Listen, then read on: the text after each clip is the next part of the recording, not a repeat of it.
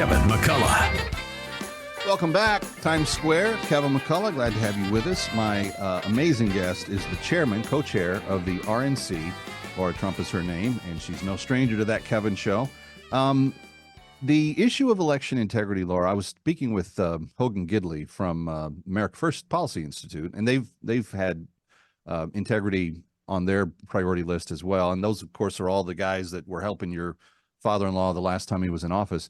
And he said that he's pleased that we're going to see some noticeable change. He goes, we're not perfect. And in some states, there is still some significant work to do. We don't know if we're ever going to be able to count on California ever having clean elections again.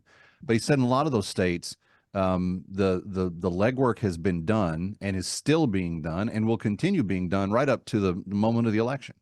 Yeah, he's exactly right. And we've had great organizations out there really taking this charge and saying, we've got to focus on this. And I give them a lot of credit. But from the RNC perspective, we are also doing exactly that. And you're right. We're not going to stop doing this because I think it is vital to the future of this country. If we don't know as American citizens that we have free, fair, and transparent elections, nothing else matters. What are we doing here? You know, it's so important.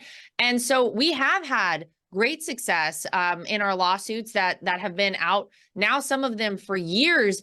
And as you point out, look, we had such a crazy election cycle in 2020. I'm sure people remember hearing that it is the state legislature which is supposed to be able to change and vote on how elections are held in each state. But they went over their heads in 2020 and illegally in a lot of states changed the way that voting happens. So we've done a lot of work at the RNC, of course, to reverse those erroneously changed laws across these different states in terms of their voting process.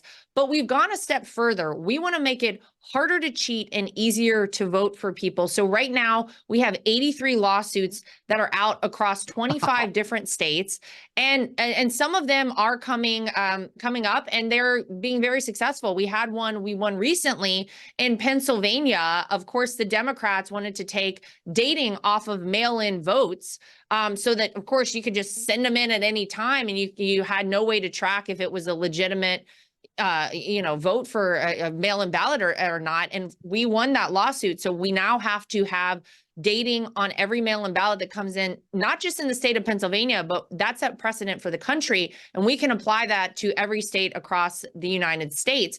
We have a lawsuit out right now. We just announced about 2 weeks ago in the state of Nevada, where we are saying on election day, that should be the last day that we're able to count mail-in ballots coming in. The Democrats do not like that, Kevin, because of course they want to wait until it is actually election day and say, wait a minute, let me tally up how many votes we need in order to get our guy in. And then, let's send in a box of mail-in ballots. We're not doing that. We are pushing back on all of these things. We also had a big success in the city of New York, where they were trying to push 800,000 non-citizens into a space where they could vote in the elections there. We pushed back on it. We fought very hard, and now those people will not be able to vote. But make no mistake, this is not the first time the Democrats have tried to pull a fast one. It won't be the last time. If you think for a second that they aren't looking at the same polling we're all seeing and seeing how badly their candidate and Joe Biden is doing, you're crazy. They know it, and they've been trying to do everything they can to make it easier to cheat.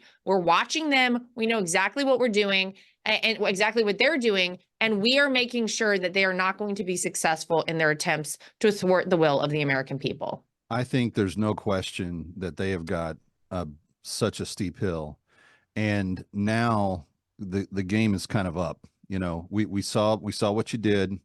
We've gone back, and now the fact that the RNC and all these groups, that you're all working together, and it's like layers and layers and layers of accountability, which is what the transparent voting process should have in it. It shouldn't be something. I've heard radio hosts talk about how, we need to be able to vote as easy as using a credit card. No, we shouldn't. Casting a vote is one of the most sacred things that we have, and it should mean something to go do it. And it shouldn't be just whatever's convenient for us that at a drive-through. Okay, I voted. Nope, I'm sorry. Yeah, and by the way, every person in this country, Kevin, whether you're a Republican, an independent, or a Democrat, should want more transparency and more security in our electoral process. you're right, it is very sacred. It is our civic duty, I believe, to go do this, to cast your one vote for the person you want to lead this country, to cast your vote for your representatives in your local areas, in your state. It's vital to who we are as Americans. It is our right, but it is also a duty. And I don't think anyone takes it lightly. And we do want to get back to a day where we have one day of voting, where we have voter ID across this country, perhaps paper ballots. And I believe we can get back there. ProtectTheVote.com. Protect the Vote. Stick around for more of That Kevin. Next, That Kevin Show with Kevin McCullough.